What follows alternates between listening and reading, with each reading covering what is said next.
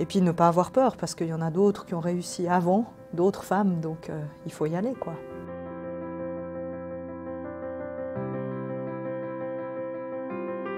Marie Dehaene, je suis chef de clinique en chirurgie pédiatrique. Je travaille à l'hôpital Rivière-à-Chablais depuis juin 2022.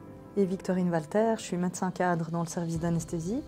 Je travaille ici à Rhénat depuis novembre 2021. Comment c'était pour toi, Marie, d'être médecin et femme? Est-ce que tu as eu des embûches dans ta carrière ou des blocages liés à ta condition de femme? Alors c'est vrai qu'en tant que femme, on est amené à travailler davantage que les hommes et à devoir en faire 2 fois plus pour faire nos preuves en fait et pour gagner la confiance de nos supérieurs et pour montrer qu'on mérite notre place. Même aussi vis-à-vis des patients, la confiance est un petit peu plus difficile à obtenir.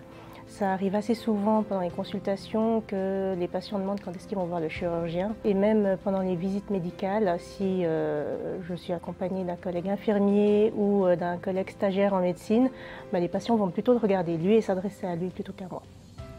J'ai aussi constaté ça. Une des autres choses qui me frappe, c'est qu'on nous fait des remarques, notamment nos supérieurs en cours de formation, qui peuvent être plus ou moins subtiles, mais par exemple, est-ce que tu vas être capable de suivre une formation comme celle-ci? Est-ce que tu vas pouvoir encaisser physiquement et psychologiquement les difficultés liées à cette profession?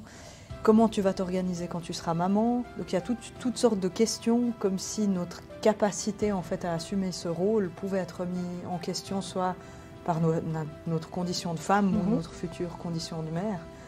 Je trouve ça assez frappant. On constate quand même que la profession de médecin se féminise de plus en plus. Alors il y a de plus en plus de femmes qui se lancent dans une carrière médicale.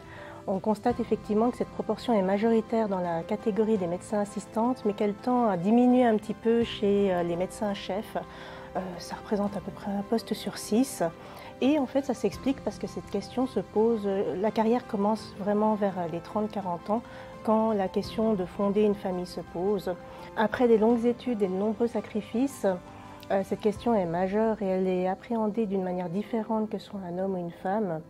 Pour une femme, ça signifie faire une pause dans sa carrière professionnelle qui a été difficile à obtenir.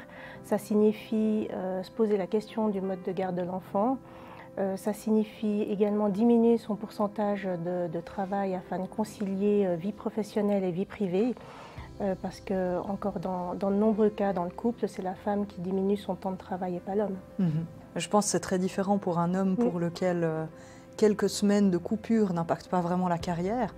Mais en réalité, pour nous, il y a beaucoup de questions qui viennent avec la question du congé maternité, de la réduction du pourcentage par la suite.